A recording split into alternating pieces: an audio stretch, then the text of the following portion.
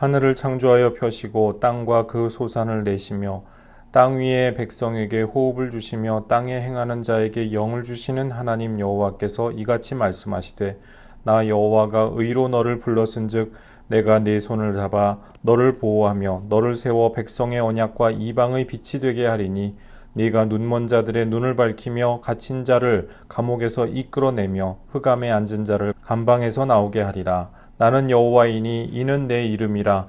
나는 내 영광을 다른 자에게 내 찬송을 우상에게 주지 아니하리라. 보라, 전에 예언한 일이 이미 이루어졌느니라. 이제 내가 새 일을 알리노라. 그 일이 시작되기 전에라도 너희에게 이르노라. 아멘. 오늘 본문 말씀은 이사야서 42장 1절에서 4절 야훼의 종의 노래를 좀 더 확장한 그러한 부분이라고 할 수 있습니다. 1절에서 4절에서는 여호와의 종, 야훼의 종에 대한 노래였다고 할 수 있습니다. 그런데 5절에서 9절 말씀은 야훼의 종에게 여호와 하나님께서 직접 하여 주시는 말씀이다. 이렇게 차이점을 말씀드릴 수가 있겠습니다. 5절 말씀입니다. 하늘을 창조하여 펴시고 땅과 그 소산을 내시며 땅 위의 백성에게 호흡을 주시며 땅에 행하는 자에게 영을 주시는 하나님 여호와께서 이같이 말씀하시되, 우선 하늘을 창조하여 펴신다고 했습니다. 이것을 히브리 말로 읽어보면은 창조하시는 분, 보레라고 되어 있거든요. 이것은 창조하시는 분, 이 진행형의 의미가 들어가 있습니다. 그래서 하나님께서 창조하시고 하늘을 펴시는데 이것이 진행형이라 이 말씀입니다. 오늘날 빅뱅 이론에서 태초에 있었던 그 어마어마한 폭발이 온 우주로 계속해서 퍼져나간다 라고 이야기를 하고 있죠. 하나님께서 창조 사역을 하실 때 그것은 창세기 1장과 2장에서 한번 창조하시고 끝난 것이 아니고요. 창조가 계속적으로 진행된다고 하는 것입니다. 이것을 일컬어서 계속적 창조라고도 이야기를 합니다. 그래서 하나님께서 우리 가운데에서 창조하여 하늘을 펴주시고 땅과 그 소산을 내게 하신다.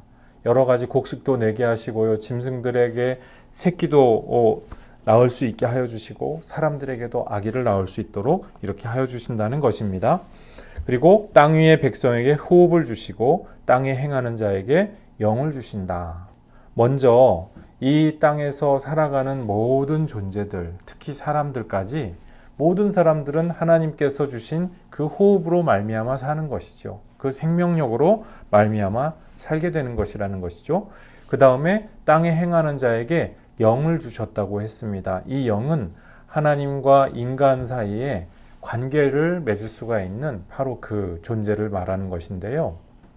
하나님께서 우리를 부르시되 그냥 살아있는 존재라만 부르신 것이 아니라 하나님과 인간 사이에서 특별한 관계가 일어날 수가 있는 그러한 하나님의 형상으로 지으셨다. 이것을 말씀하고 있습니다. 하나님 여호와께서 이같이 말씀하시되, 여기서 우리가 하나 주목하여야 될 것이 하나님 여호와께서 말씀하신다. 하나님을 앞세웠다는 것입니다. 히브리 원문으로 보면은 하엘이라고 되어 있거든요. 보통 우리 하나님이라고 하는 부분은 엘로힘이라고 표현될 때가 많은데 여기서는 하엘, 그냥 엘 하면은 이것은 그냥 일반적인 신들을 이야기하는 겁니다. 주변 세계에 수많은 이방신들이 있지 않습니까? 그 이방신들을 일컬을 때 보통 엘이라고 하거든요. 근데 지금 이사야 선지자가 이방신들과 하나님이 권리 주장을 하면서 논쟁을 벌이시는 장면을 우리에게 보여주었죠. 그래서 하나님께서 우리 가운데에서 일하고자 하실 때 우리 시각에서 볼 때에는 이방신들과 하나님, 야훼 하나님, 그냥 여러 신들 중에 하나로 보인다는 말씀입니다. 이것을 염두에 두고 아마도 하엘이라고 하지 않았을까, 이렇게 생각을 해볼 수가 있겠습니다. 하나님께서 우리가 볼 때 그냥 one of them, 그들 중에 하나인 것처럼 보이는데 아니라는 것이죠. 하엘, 이 정관사가 붙었거든요. 바로 그 신, 야훼 하나님이라고 하는 그 신만이 정말 참신이고 살아계신 유일무이한 하나님이다. 이렇게 지금 이사야 선지자는 우리에게 말씀하여 주고자 하는 것입니다. 이사야 40장 18절 그런즉 너희가 하나님을 누구와 같다 하겠으며 무슨 형상을 그에게 비기겠느냐. 그렇죠. 이방신들을 여러 가지 형상을 만들면서 이 신이야말로 진짜 신이다라고 이야기하겠는데 여호와 하나님께서는 그러한 신들의 형상에 동의하시지 않는다는 것입니다. 누구와 같다고 할 수 없는 그런 진정한 초월적인 하나님, 바로 그 하나님이 계신다. 그분이 바로 여호와 하나님이신다라고, 여호와 하나님이시다라고 지금 선언하고 계시는 것입니다. 6절입니다. 나 여호와가 의로 너를 불렀은즉 내가 네 손을 잡아 너를 보호하여 너를 세워 백성의 언약과 이방의 빛이 되게 하리니. 여기서 바로 그 하나님, 이방신들과 논쟁 가운데에서 참으로 살아계신 하나님이라고 입증하여 주시고 입증하여 오신 바로 그 하나님, 그 하나님이 야훼의 종을 부르고 계신다는 것입니다. 그냥 부르는 것이 아니라 의로 부르신다. 정의를 집행하라고, 그리고 생명의 구원을 사람들에게 알려주라고, 그렇게 하라고 지금 야훼의 종을 불러주시는 것입니다. 내가 네 손을 잡아 너를 보호하며, 이 손을 아무나 잡아주는 것이 아니라고 말씀드리지 않았습니까? 왕과 같은 존재에게 이 손을 잡아주고 붙들어주고 그리고 보호하는 것이죠. 그리고 너를 세워 백성의 언약과 이방의 빛이 되게 하시겠다. 이렇게 지금 하나님께서 약속하여 주시고 또 힘을 주고 계시는데요. 여기서 백성의 언약이라고 하는 이 표현을 우리가 주목하여 볼 필요가 있습니다. 백성이 여기서 보통 구약 성경에서 보통 백성이라고 하면은 이스라엘 백성들을 가리키죠. 그런데 여기서는 그 백성이 아닙니다. 여기서 말씀하는 백성은 온 백성을 가리키는 것이죠. 왜냐? 42장 1절에서 4절 말씀에서 여러 이방 백성들을 다 가리키면서 그들을 백성이라고 하였거든요. 그러니까 여기서 말하는 백성은 온 인류를 가리키는 것입니다. 온 인류와 언약을 맺으시겠다고 하는 것입니다. 이것은 우리가 알고 있는 구약 언약과는 다른 것이죠. 새 언약에 대해서 암시를 하는 것이로구나. 이것을 최초의 독자들은 분명하게 이해할 수가 있었을 것입니다. 또 이방의 빛이 되게 하겠다라고 했습니다. 우리가 하나님 말씀을 품고 살다 보면 우리도 모르는 새에 우리 존재에서 빛이 나고 우리 말과 행동에서 빛이 날 수 있게 됩니다. 예전에 어둡고 그리고 문제 많은 삶에서 하나님 말씀을 품고 살아가다 보면 조금씩 변화되어 나가고 그리고 개혁되어 나가고 그리고 새롭게 갱신되어 나가는 그러한 삶. 그래서 이방 세상 사람들로 하여금 하나님의 그 빛을 느낄 수 있게 하여 주는 그런 존재가 되는데요. 지금 야훼의 종에게 하나님께서 이와 같은 존재가 되게 해주시겠다. 이렇게 말씀을 하신다는 것입니다. 7절 말씀입니다.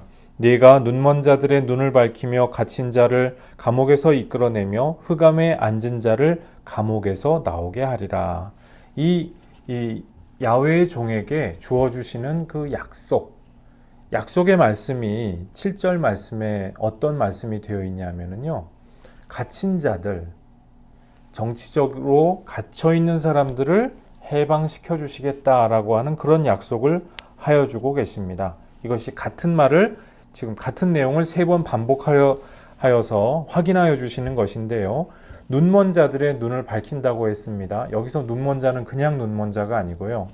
맹인들만을 가리키는 것이 아니고 정치적으로, 사회적으로 갇힌 자들을 가리키는 것입니다. 너무 오래 갇혀 있다 보니까 빛을 보는 것을 잊어버리고 시력이 너무 약해져서 볼 수 없게 된 사람들, 바로 그 사람들의 눈을 밝혀주는 그러한 역할을 야훼의 종에게 하도록 하시겠다. 이 말씀인 것이죠. 갇힌 자를 감옥에서 이끌어내어주고 그리고 흑암에 앉아있는 사람들. 옛날 감옥은 이 지하로 깊이 들어가는 감옥이었거든요. 그래서 이 감옥 가운데 있다 보면은 흑암 속에서 지낼 수밖에 없다고 하는 것입니다. 또 눈이 멀게 된다고 하는 것이죠. 그런데 흑암에 앉은 자들을 감옥에서 이끌어내서 해방을 주고 구원을 주는 그러한 존재가 되게 하시겠다. 이것이 바로 야훼의 종에게 주어진 미래상이라고 하는 것입니다. 우리가 하나님의 종으로서, 하나님의 백성으로서 하나님을 믿는 믿음 안에서 살다 보면은 우리의 삶 가운데에서 우리 개인에게도, 우리 주변 사람들에게도 이와 같은 해방의 역사가 나타나야 할 줄로 믿습니다. 우리가 믿음 생활하는데 자꾸 이 믿음이 우리를 뭔가 옥죄는 것 같고, 우리를 자유롭게 하기보다는 자꾸 우리를 옥죄고 우리를 부자유하게 만들고, 그렇게 해서 우리를 도리어 병들게 만들고 세상에서 눈먼 자가 되도록 하게 한다. 이것은 올바른 믿음의 방향이 아니겠죠. 하나님께서 지금 이사야서 42장 7절 말씀에서 약속하여 주시고 그리고 보여주시는 우리의 미래상은 무엇입니까? 눈먼 자의 눈을 밝혀주고 감옥에 있는 자를 이끌어내어주는 해방자의 모습입니다. 이 해방이 바로 우리 믿는 자가 품어야 할 중요한 믿음의 속성이 되어야 할 줄로 믿습니다. 8절 말씀입니다. 나는 여호와이니 이는 내 이름이라. 나는 내 영광을 다른 자에게, 내 찬송을 우상에게 주지 아니하리라. 영광에 해당하는 히브리어는 카보드라고 하는데요. 이 카보드는 무거움을 말합니다. 그러니까 내 영광이라고 여호와 하나님께서 말씀하실 때는 영광의 무게를 말씀하는 것이죠. 또 무거운 나의 영광이라고 하는 이 말씀을 하는 것입니다. 고귀하고 그리고 품이 있고 영광스러운 이 무게, 그 무게, 왕관의 무게라고도 할 수가 있겠죠. 그 무게를 견뎌내는데 그것을 그냥 가볍게 남들한테 나눠주지 않으신다는 말씀입니다. 이것은 책임감의 말씀이기도 하지요. 하나님께서 초월적인 절대자로서 이 영광의 무게를 감당하신다는 것입니다. 인간들이 그 초월적인 존재랍시고 만들어내는 존재들, 사실은 가볍다는 것입니다. 진정한 영광이 없고요. 진정한 품위가 없고 품격이 없다라고 하는 그 말씀입니다. 그래서 이러한 우상들, 인간이 고안해낸 또 인간이 발명해낸 그러한 우상들에게 하나님의 영광을 나눠줄 수가 없다. 그리고 그들에게 찬송이 가도록 그냥 방치할 수가 없다라고 여호와 하나님께서 선언하십니다. 우리가 믿음 생활할 때 자꾸 우리의 믿음이 하나님께서 지니고 계신 그 무거운 영광의 진정한 무게가 아니라 우리가 우리 상상력으로 만들어낸 가짜 하나님의 이미지에 자꾸 우리가 이렇게 매달려 있다면 거기에는 해방도 없을 것이고요. 진정한 영광도 없을 것입니다. 하나님께서 정말 들으시기에 합당한 그러할 만한 찬양도 없게 될 것이라는 것이죠. 그래서 우리의 믿음의 제목이 하나님의 이 무거운 영광에 합당한 그 믿음의 제목이 되기를, 우리 기도의 제목이 되고 우리 찬양의 기도의 제목이 되기를 우리가 추구하고 소망해야 할 줄로 믿습니다. 9절 말씀입니다. 보라, 전에 예언한 일이 이미 이루어졌느니라. 이제 내가 새 일을 알리노라. 그 일이 시작되기 전에라도 너희에게 이르노라. 아멘. 하나님의 백성들이 구약시대에 애굽과 아시리아와 또 바벨론과 페르시아와 대제국들을 경험했지요. 그리고 그들과 함께 지내오면서 그들과 있었던 모든 관계가 하나님 백성들, 구약 백성들의 믿음에 각인되어 있다고도 볼 수가 있습니다. 근데 그 모든 일들 가운데에서 하나님께서 이 히브리인들, 이스라엘 사람들을 해방시켜 주시고 이끌어 주시면서 앞에 있을 일들을 미리 예고해 주셨다는 것입니다. 그리고 전에 예언하여 주셨던 일들이 이미 이루어졌죠. 하나하나 다 이루어졌죠. 그런데 이제 하나님께서 새 일을 알려준다. 앞으로는 뭔가 또 새로운 일을 하시겠다라는 것입니다. 지금까지의 일들과는 비교 불가한, 지금까지의 일들로부터 유추할 수 없는 그러한 일들을 하나님께서 하실 것이다. 그래서 새 일입니다. 이사야서 43장 19절 보라 내가 새 일을 행하리니 이제 나타낼 것이라 너희가 그것을 알지 못하겠느냐 반드시 내가 광야의 길을 사막의 강을 내리니. 어떻게 인간이 그것을 알 수가 있겠습니까? 광야의 길을 내고 사막에 강이 흐르도록 하시겠다는데 인간이 그걸 어떻게 알 수가 있겠습니까? 알 수 없다는 얘기죠. 48장 6절에 이렇게 기록이 되어 있습니다. 네가 알지 못하던 은비한 일을 내가 행할 것이다. 은비한 일, 은밀하고 비밀한 일이거든요. 알지 못하는 일이기 때문에 이 새 일을 행하여 주시겠다, 이 말씀입니다. 우리 인간이 추측할 수 없고 우리가 지금까지 우리 인간의 역사를 통하여서 추측할 수 없었던 새로운 일들을 행하신다. 지금 이 말씀이죠. 그래서 지금 대제국들을 일으켜 주시는 이 역사 경륜의 일을 하나님께서 끊임없이 예고하시면서 그 가운데에서 하나님 백성들을 이끌어 주셨는데 이제는 이 모든 것들보다 더 새로운 일을 하시겠다는 것입니다. 이 새 일은요, 히브리 말로 보면은 새 일들입니다. 복수로 되어 있거든요. 하나만 행하신다는 것이 아니라는 것입니다. 여러 가지 큰 일들, 새로운 큰 일들이 일어나게 될 것인데 이것은 어떤 일이냐? 우리 신약 시대를 살아가는 우리 신약의 독자 입장에서는 이 새 일이 무엇인지 짐작하고 알 수 있는 바가 있죠. 예수님을 통하여서 실제로 많은 새 일들이 일어났습니다. 이방의 빛으로서 나타나신 예수님을 통하여서 만백성 온 인류와 새로운 언약을 맺으시는 그 장면을 우리는 복음서 말씀을 통하여서 보았죠. 하나님께서 이 일들을 우리 가운데에서 이미 완성하셨는데 지금 이사야 선지자에게는 이것을 반드시 행하신다, 이렇게 예고하신다는 것입니다. 이것은 우리 개인의 인생사에도 똑같이 적용되는 말씀이라고 할 수 있겠습니다. 하나님께서 우리 인생을 이끌어 주시죠. 여러 가지 모습, 여러 가지 방법으로 이끌어 주십니다.